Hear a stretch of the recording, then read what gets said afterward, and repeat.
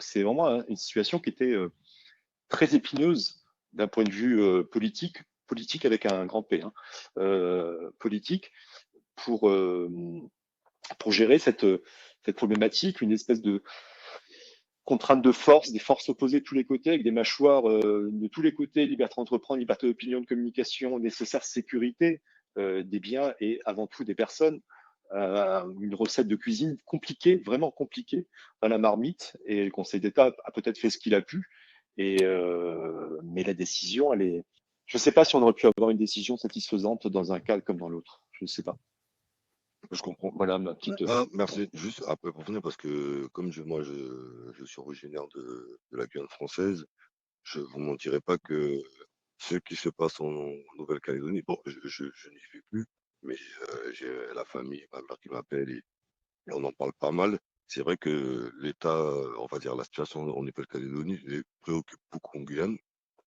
Mmh. C'est vrai qu'ils ont peur aussi que si jamais il y a une émeute en Guyane, parce que ben, il y a souvent des problèmes, il y a souvent des revendications, et que ben on soit ben, que la Nouvelle-Calédonie ait servi d'exemple, et qu'après ben, on va dire dans les dom-toms ou territoires français d'outre-mer, on puisse utiliser les mêmes méthodes pour justement éviter de parler des réels problèmes que rencontrent des Français en outre-mer, par exemple.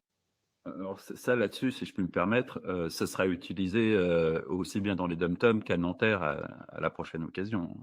Je suis pas Non, sûr parce que que je comprends que ce soit plus facile d'agir sur des antennes relais ou sur des communications, par exemple en Guyane ou en Nouvelle-Calédonie, étant donné que c'est des villes qui sont, on va dire, des pays qui sont assez petits. Et c'est vrai que contrairement à la France, où c'est plus grand, où c'est plus compliqué, ça, je comprends, mais c'est dans le sens où est-ce que ce serait une pratique qui sera maintenant utilisée pour justement éviter qu'on parle de réels problèmes qu'on a ou pour moi, je veux dire, est-ce qu'ils vont viser cette manière pour étouffer les affaires? C'est ça qui me préoccupe. non, non, ces techniques-là, elles sont là pour, étouffer une émeute. Elles sont pas là pour, éviter qu'on en parle. Retrouvez tous les épisodes sur Deezer, Spotify, Apple Podcasts, Amazon Music et YouTube. À très vite dans Fadi Live pour de nouveaux débats stratégiques.